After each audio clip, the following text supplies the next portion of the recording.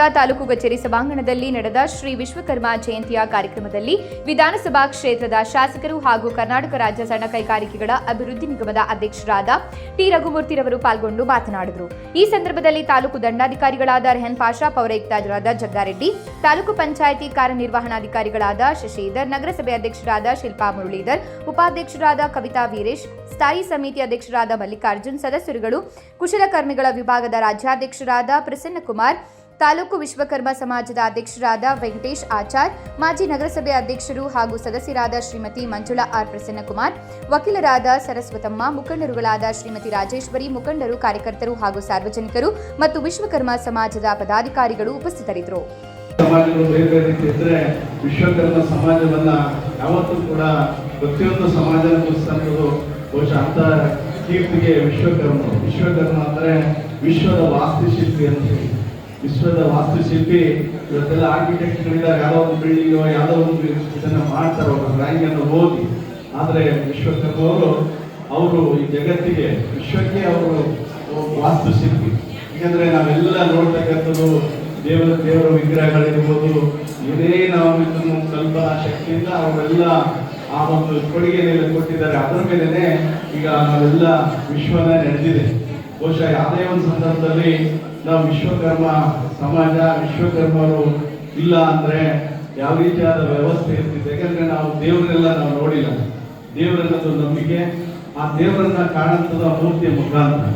ಬಹುಶಃ ಅವರ ಕಲ್ಪನೆಯಲ್ಲಿ ಈಗ ಇಲ್ಲಿ ಕೆಲವರನ್ನ ನಾವು ಅಮರಶಿಲ್ಪಿ ಜಕಣಾಚಾರ್ಯ ಅವರ ಪ್ರಶಸ್ತಿಯನ್ನ 3 ಜನಕ್ಕೆ ಕೊಡೋದ್ರ ಮುಖಾಂತರ ಅವರನ್ನ ನಾವು ಗೌರವಿಸ್ತೀವಿ. ಬಹುಶಃ ಅವರಿಗೆ ವಿದ್ಯೆ ಇಲ್ಲ ಅನ್ನೋದು ಕೂಡ ಅವ್ರಿಗೆ ರಕ್ತಗತವಾಗಿ ಅವರಿಗೆ ಆ ಕಲೆ ಬಂದಿರ್ತಕ್ಕಂಥದ್ದು ಎಲ್ರಿಗೂ ಎಲ್ಲ ಕೆಲಸ ಮಾಡಲಿಕ್ಕೆ ಬರಲ್ಲ. ಹಾಗಾಗಿ ಒಂದು ವಿಶೇಷವಾದ ಸ್ಥಾನಮಾನ ಇರ್ತಕ್ಕಂಥ ವಿಶೇಷವಾದ ವಿಶಿಷ್ಟತೆಯನ್ನು ಹೊಂದಿರ್ತಕ್ಕಂಥ ಜನಾಂಗ ವಿಶ್ವಕರ್ಮ ಜನಾಂಗ ಎಲ್ಲ ಈಗಾಗಲೇ ಪ್ರತಿಯೊಂದು ಪ್ರಸ್ತುತವಾಗಿ ಎಲ್ಲ ಸಮಾಜದವರು ಈಗಾಗಲೇ ಸರ್ಕಾರದ ವತಿಯಿಂದ ಬೇರೆ ಬೇರೆ ಎಲ್ಲ ಸರ್ಕಾರಗಳು ಜಯಂತಿಗಳನ್ನ 42 ಜಯಂತಿಗಳನ್ನ ನಾವು ಆಚರಣೆ ಮಾಡ್ತಿದ್ವಿ. ಕಾರಣ ಇಷ್ಟೇ, ಎಲ್ಲ ಸಮಾಜದಲ್ಲಿ ಹುಟ್ಟಿರ್ತಕ್ಕಂಥವ್ರು, ಎಲ್ಲ ಸಮಾಜದಲ್ಲಿರ್ತಕ್ಕಂಥ ಜನಸಾಮಾನ್ಯರು ಒಂದು ಜಾತಿ ವ್ಯವಸ್ಥೆಯಲ್ಲಿ ನಾವು ಹುಡ್ತೀವಿ. ಆಗ ನಮಗೆ ಮೂಲ ಇಂಥ ಮಹನೀಯರು, ನಾವು ಯಾವ ಸಮಾಜದಲ್ಲಿ ಹುಟ್ಟಿದೀವಿ, ನಮ್ಮ ಮಹನೀಯರು ಯಾರು? ಯಾಕಂದ್ರೆ ನಮ್ಮ ಅಪ್ಪ, ತಾತ, ಮುತ್ತಾತ ಅಲ್ಲಿಗೆ ನಿಂತು ಹೋಗುತ್ತದೆ. ಮಧ್ಯ ಕರ್ನಾಟಕದ ಜನರ ಆರಾಧ್ಯ ದೇವತೆ ಗೌರಸಮುದ್ರ ಮಾರಮ್ಮದೇವಿಯ ಜಾತ್ರೆ ನಡೆದ ನಂತರ ತಾಲೂಕಿನಲ್ಲಿ 1 ತಿಂಗಳವರೆಗೆ ಗ್ರಾಮಗಳಲ್ಲಿ ಮಂಗಳವಾರ ದಿನದಂದು ಹಲವು ಕಡೆ ಇಡೀ ಗ್ರಾಮಗಳೇ ಸಂಭ್ರಮ ಸಡಗರದಿಂದ ಮಾರಮ್ಮದೇವಿಯ ಹಬ್ಬವನ್ನು ಆಚರಣೆ ಮಾಡುವ ಮೂಲಕ ದೇವಿ ಕೃಪೆಗೆ ಇಡೀ ಗ್ರಾಮವೇ ಸಾಕ್ಷಿಯಾಗಿದೆ.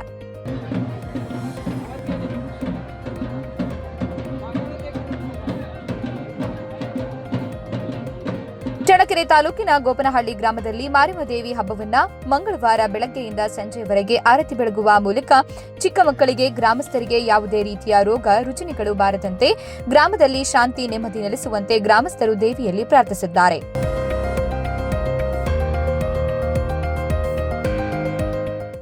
ಆಸಕ್ತಿಯುತ ಏಕಾಗ್ರತೆಯ ಓದಿನಿಂದ ನೆನಪಿನ ಶಕ್ತಿಯು ಹೆಚ್ಚಳವಾಗುತ್ತದೆ ಎಂದು ಚಳ್ಳಕೆರೆಯ ಶ್ರೀ ಶಾರದಾಶ್ರಮದ ಸದ್ಭಕ್ತರಾದ ವೆಂಕಟಲಕ್ಷ್ಮಿ ಅಭಿಪ್ರಾಯಪಟ್ಟಿದ್ದಾರೆ. ನಗರದ ವಾಸವಿ ಕಾಲೋನಿಯ ಶ್ರೀ ಶಾರದಾಶ್ರಮದಲ್ಲಿ ಮಕ್ಕಳಿಗಾಗಿ ಆಯೋಜಿಸಿದ್ದ ವಿವೇಕ ವಿಹಾರ ವಿದ್ಯಾರ್ಥಿ ಶಿಬಿರ ಕಾರ್ಯಕ್ರಮದಲ್ಲಿ ಪಾಲ್ಗೊಂಡು ಅವರು ಶ್ರೀರಾಮಕೃಷ್ಣ ಪರಮಹಂಸರ ಜೀವನದ 2 ಘಟನೆಗಳನ್ನು ಉಲ್ಲೇಖಿಸಿ ಮಾತನಾಡಿದರು. ಈ ತರಗತಿಯ ಪ್ರಯುಕ್ತ ಮಕ್ಕಳಿಂದ ಓಂಕಾರ, ದಿವ್ಯಾತ್ರಿಯರ ಪ್ರಣಾಮ ಮಂತ್ರ, ನಾಮಸ್ಮರಣೆ, ಸ್ವಾಮಿ ವಿವೇಕಾನಂದರ ಶಕ್ತಿ ಮಂತ್ರ, ಸ್ವದೇಶ ಮಂತ್ರದ ಪಠಣ ನಡೆದರೆ ಯತೀಶ್ ಎಂ ಸಿದ್ದಾಪುರ ಮತ್ತು ಸಂತೋಷ್ ಕುಮಾರ್ ಅವರು ಮಕ್ಕಳಿಗೆ ವಿವಿಧ ಆಟಗಳನ್ನು ಆಡಿಸಿದ್ದಾರೆ.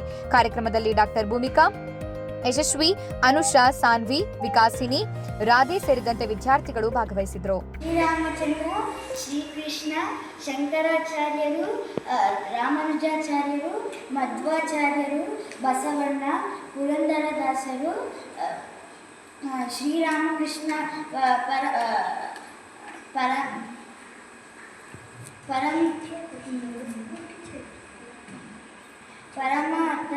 ರಾಮಚಂದ್ರನು, ಶ್ರೀಕೃಷ್ಣ,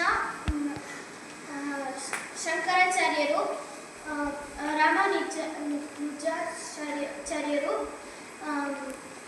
ಮಧ್ವಾಚಾರ್ಯರು, ಬಸವಣ್ಣ, ಮಧ್ವಾಚಾರ್ಯರು, ಬಸವಣ್ಣ, ಬಸವಣ್ಣ ಪುರಂದರದಾಸ ಶ್ರೀ ವಿಶ್ವವಿಖ್ಯಾತ ನಾಡ ಹಬ್ಬ ದಸರಾ ಕಾರ್ಯಕ್ರಮ ಉದ್ಘಾಟನೆಗೆ ಲೇಖಕಿ ಹಾಗೂ ಬೂಕರ್ ಪ್ರಶಸ್ತಿ ವಿಜೇತೆ ಭಾನು ಮುಷ್ತಾಕ್ ಅವರಿಗೆ ಉಚ್ಚ ನ್ಯಾಯಾಲಯದ ಅನುಮತಿ ನೀಡುವ ಮೂಲಕ ಸಂವಿಧಾನದ ಆಶಯಗಳಿಗೆ ಮನ್ನಣೆ ನೀಡಿದೆ ಎಂದು ಚಳ್ಳಕೆರೆ ಮುಸ್ಲಿಂ ಸಮುದಾಯದ ಮುಖಂಡರು ಹರ್ಷ ವ್ಯಕ್ತಪಡಿಸಿದ್ದಾರೆ. ನಗರದ ತಾಲೂಕು ಕಚೇರಿ ಮುಂಭಾಗದ ಅಂಬೇಡ್ಕರ್ ವೃತ್ತದ ಪ್ರತಿಮೆಗೆ ಮಾಲಾರ್ಪಣೆ ಮಾಡುವ ಮೂಲಕ ಸಂಭ್ರಮಾಚರಣೆ ಮಾಡಿದ್ದಾರೆ.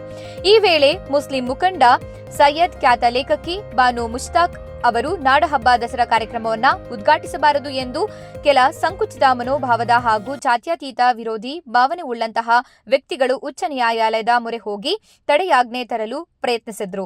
ನ್ಯಾಯಾಲಯವು ಅರ್ಜಿಯನ್ನ ವಿಚಾರಣೆ ನಡೆಸಿ ಭಾರತ ದೇಶ ಜಾತ್ಯತೀತ ವ್ಯವಸ್ಥೆಯನ್ನ ಹೊಂದಿದೆ.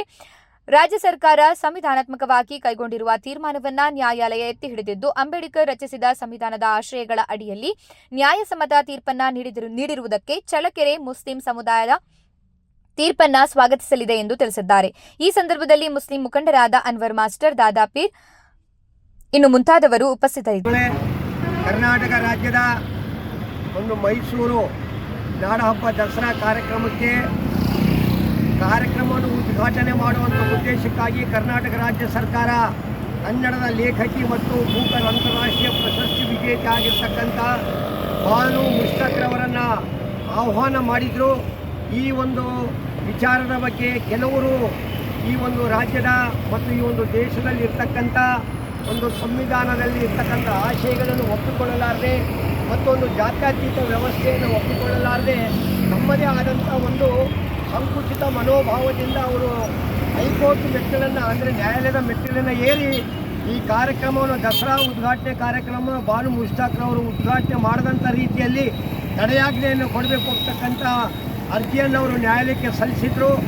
ಮಾನ್ಯ ನ್ಯಾಯಾಲಯ ಅರ್ಜಿಯನ್ನು ಪರಿಶೀಲನೆ ಮಾಡಿ ಮತ್ತು ಸರ್ಕಾರದ ಒಂದು ತೀರ್ಮಾನವನ್ನು ಪರಿಶೀಲನೆ ಮಾಡಿ ಜಾತ್ಯತೀತ ವ್ಯವಸ್ಥೆಯಲ್ಲಿ ಇರ್ತಕ್ಕಂಥ ಈ ದೇಶದಲ್ಲಿ ಮತ್ತು ಜಾತ್ಯತೀತ ವ್ಯವಸ್ಥೆಯನ್ನು ಒಪ್ಕೊಂಡಿರ್ತಕ್ಕಂಥ ಒಂದು ಕರ್ನಾಟಕ ರಾಜ್ಯ ಸರ್ಕಾರ ಏನು ಸಂವಿಧಾನಾತ್ಮಕವಾಗಿ ತೀರ್ಮಾನ ಕೈಗೊಂಡಿದೆಯೋ ಅದು ಬಹಳ ಸೂಕ್ತವಾಗಿದೆ ಅಂತ ಹೇಳಿಬಿಟ್ಟು ಭಾನು ಮುಷ್ತಾಕ್ರವರನ್ನು ದಸರಾ ಉದ್ಘಾಟನೆಗೆ ಆಹ್ವಾನ ಮಾಡಿರ್ತಕ್ಕಂಥ ಒಂದು ಸರ್ಕಾರದ ತೀರ್ಮಾನವನ್ನು ಎತ್ತಿ ಹಿಡಿಯೋದ್ರ ಮೂಲಕ ಅದಕ್ಕೆ ವಿರುದ್ಧವಾಗಿ ಅರ್ಜಿ ಸಲ್ಲಿಸಿದಂಥ ಅರ್ಜಿದಾರರ ಅರ್ಜಿಗಳನ್ನು ವಜಾಗೊಳಿಸಿದರ ಮೂಲಕ ಸಂವಿಧಾನದ ಆಶಯಗಳನ್ನು ಎತ್ತಿ ಹಿಡಿದಿರ್ತಕ್ಕಂಥ ನ್ಯಾಯಾಲಯ ಮತ್ತು ಜಾತ್ಯತೀತ ವ್ಯವಸ್ಥೆಯನ್ನು ಎತ್ತಿ ಹಿಡಿದಿರ್ತಕ್ಕಂಥ ನ್ಯಾಯಾಲಯದ ತೀರ್ಪನ್ನು ನಾವು ಅತ್ಯಂತ ಸಂತೋಷದಿಂದ ನಾವು ಸ್ವಾಗತಿಸ್ತಾ ಈ ಒಂದು ತೀರ್ಪು ಬಂದಿರತಕ್ಕಂಥ ಹಿನ್ನೆಲೆಯಲ್ಲಿ ಸಂವಿಧಾನ ಶಿಲ್ಪಿಯಾಗಿರ್ತಕ್ಕಂಥ ಡಾಕ್ಟರ್ ಬಾಬಾ ಸಾಹೇಬ್ ಅಂಬೇಡ್ಕರ್ ಅವರ ಒಂದು ಪುತ್ಥಳಿಗೆ ಮುಸ್ಲಿಂ ಸಮಾಜದ ಒಂದು ಕೆಲವು ಮುಖಂಡರುಗಳು ಇವತ್ತು ಮಾಲಾರ್ಪಣೆಯನ್ನು ಮಾಡೋದ್ರ ಮೂಲಕ ನಮ್ಮ ಸಂತಸವನ್ನು ನಾವು ವ್ಯಕ್ತಪಡಿಸಿದ್ದೇವೆ. ಈ ಒಂದು ಸಂತಸವನ್ನು ಎಲ್ಲ ಕೋಮು, ಎಲ್ಲ ಧರ್ಮ ಮತ್ತು ಎಲ್ಲ ಸಂಘ ಸಂಸ್ಥೆಗಳು ಸಮೇತ ಇದನ್ನು ಹೃತ್ಪೂರ್ವಕವಾಗಿ ಸ್ವಾಗತಿಸುವುದರ ಮೂಲಕ ಎಲ್ಲ ಪ್ರಗತಿಪರ ಸಂಘಟನೆಗಳು ಒಟ್ಟಾರೆ ಕನ್ನಡ ನಾಡಿನ ಕನ್ನಡಿಗರೆಲ್ಲರೂ ಬೆಳೆ ಪರಿಹಾರಕ್ಕಾಗಿ ಒತ್ತಾಯಿಸಿ ಪ್ರತಿಭಟನೆ. ಮುಂಗಾರು ಹಂಗಾಮಿನಲ್ಲಿ ಶೇಂಗಾ ಮತ್ತು ಈರುಳ್ಳಿ ಬೆಳೆ ವಿಫಲವಾದ ಹಿನ್ನೆಲೆಯಲ್ಲಿ ಕೂಡಲೇ ಬೆಳೆ ನಷ್ಟ ಪರಿಹಾರ ಘೋಷಣೆ ಮಾಡುವಂತೆ ಆಗ್ರಹಿಸಿ ಚಳ್ಳಕೆರೆಯಲ್ಲಿ ರೈತ ಸಂಘದ ಕಾರ್ಯಕರ್ತರು ಪ್ರತಿಭಟನೆ ನಡೆಸಿದ್ದಾರೆ.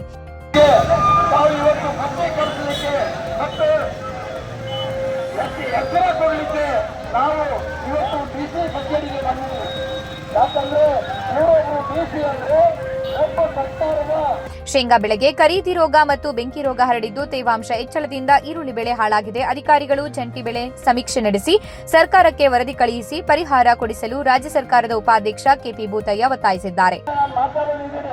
ಯಾಕಂದ್ರೆ ಈಗ ಹಳ್ಳಿಯಲ್ಲಿ ಇರ್ತಕ್ಕಂಥ ರೈತರು ದೇಶಕ್ಕೆ ಅನ್ನ ಏನಾದರೂ ತೊಂದರೆ ಆದರೆ ಯಾರೂ ರೈತರಿಗೆ ಅನ್ನ ಕೊಡ್ತಕ್ಕಂಥ ಶಕ್ತಿ ಯಾವ ರಾಜಕಾರಣಿಗೂ ಇಲ್ಲ. ಆ ಕಾರಣದಿಂದ ತಾವೆಲ್ಲರೂ ಕೂಡ ಬೆಂಬಲ ಕೊಡ್ಬೇಕಂತ ಹೇಳಿ ನಮ್ಮಲ್ಲಿ ವಿನಂತಿ ಮಾಡ್ತಾ ನಾನು ಎಲ್ಲರಿಗೂ ನಮಸ್ಕಾರ ಮಾಡ್ತೇನೆ. ಇವತ್ತು ಏನು ನಾವು ಸರ್ಕಾರಕ್ಕೆ ಕೊಡ್ತಕ್ಕಂಥ ವರದಿ ನಾವು ಹಳ್ಳಿಗಳಲ್ಲಿ ಪ್ರಚಾರ ಆಗಬೇಕು.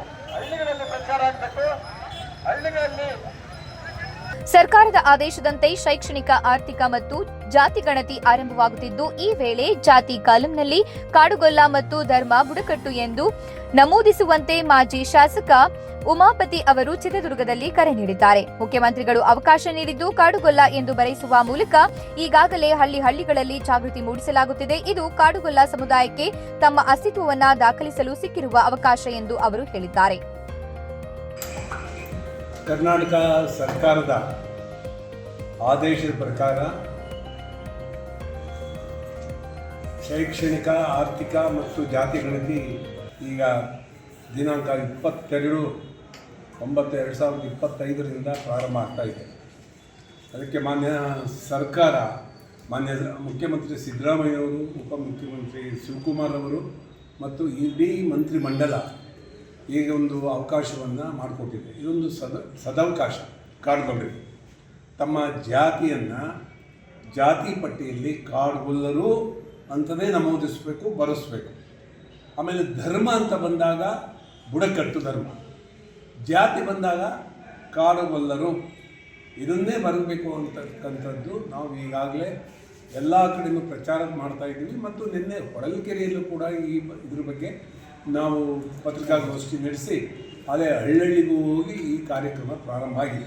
ಇವತ್ತು ಚಿತ್ರದುರ್ಗದಲ್ಲಿ ಈ ಒಂದು ಸಮೀಕ್ಷೆಯ ಪರವಾಗಿ ಈಗಾಗಲೇ ಪತ್ರಿಕಾಗೋಷ್ಠಿ ನಾವು ಮಾಡ್ತಾಯಿದ್ದೀವಿ. ಮತ್ತು ಶನಿವಾರ ಭಾನುವಾರದಿಂದ ಹಳ್ಳಿಗೆ ಹೋಗ್ತಕ್ಕಂಥ ಒಂದು ಕಾರ್ಯಕ್ರಮವನ್ನು ನಾವು ಇಟ್ಕೊಂಡಿದ್ದೀವಿ. ಇವತ್ತೇನು ಒಂದು ಮಾನ್ಯ ಮುಖ್ಯಮಂತ್ರಿಗಳು ಸಿದ್ದರಾಮಯ್ಯನವರು ಮತ್ತು ಅವರ ಮಂತ್ರಿಮಂಡಲ ಡಿ.ಕೆ. ಶಿವಕುಮಾರ್ ಅವರು ಎಲ್ಲರೂ ಇದೊಂದು ಸದಾವಕಾಶವನ್ನು ನಮಗೆ ಕಲ್ಪಿಸಿಕೊಟ್ಟಿದ್ದಾರೆ. ಕಾಡುಗೊಳ್ಳರು, ನಾವು ಕಾಡುಗೊಳ್ಳರು ಅಂತ ಹೇಳ್ಕೊಳ್ತಾ ಇದ್ವಿ, ಈಗ ದಾಖಲೆ ಮಾಡಲಿಕ್ಕೆ ಒಂದು ಸದಾವಕಾಶ ಇದೆ. ಅದರಿಂದ ಈ ಒಂದು ದಾಖಲೆ ಇದರಲ್ಲಿ ಬರಬೇಕು. ಸರ್ಕಾರದ ಅಂಕಿಅಂಶದಲ್ಲಿ ನಾವು ಕಾಡುಗೊಳ್ಳರಾಗಿ ಸೇರಿ ಅದನ್ನು ಬರೆಸೋದ್ರಿಂದ ಮುಂದೆ ನಮ್ಮ ಎಲ್ಲ ಕಾಡುಗೊಳ್ಳರಿಗೂ ಅನುಕೂಲ ಆಗುತ್ತೆ ಅಂತಕ್ಕಂಥದ್ದು ಒಂದು. ಮತ್ತು ಎರಡನೇದಾಗಿ ಪ್ರತಿಯೊಬ್ಬರೂ ಕೂಡ ಶಾಲೆಗೆ ಮಕ್ಕಳನ್ನು ದಾಖಲೆ ಮಾಡ್ತಕ್ಕಂಥ ಸಂದರ್ಭದಲ್ಲಿ ಜಾತಿಯನ್ನು ಕಾಡುಗೊಲ್ಲ ಜಾತಿ ಅಂತಲೇ ಬರೆಸಬೇಕು ಅಂತಕ್ಕಂಥದ್ದು ನಾವು ಈಗಾಗಲೇ ಮನವರಿಕೆ ಮಾಡಿಕೊಡ್ತಾ ಇದ್ದೀವಿ. ಇದು ನಮ್ಮ ಉದ್ದೇಶ. ಇವತ್ತೇನು ನಮ್ಮ ಪತ್ರಿಕಾ ಮಾಧ್ಯಮದ ಮಿತ್ರರು ತಾವೆಲ್ಲ ಬಂದು ಚಿತ್ರದುರ್ಗದಲ್ಲಿ ಇಂದು ಪತ್ರಿಕಾಗೋಷ್ಠಿ ನಡೆಸಿದ ಹರಿಹರ ಪಂಚಮಸಾಲಿ ಮಠದ ವಚನಾನಂದ ಶ್ರೀಗಳು ಜಾತಿ ಗಣತಿ ಹಾಗೂ ಸಮೀಕ್ಷೆ ವಿಚಾರದಲ್ಲಿ ಪಂಚಮಸಾಲಿ ಮಠದ ಸ್ವಾಮೀಜಿಗಳ ಸಲಹೆಯನ್ನ ಮಾತ್ರ ಸ್ವೀಕರಿಸಬೇಕು, ಸಂಬಂಧವಿಲ್ಲದ ಇತರ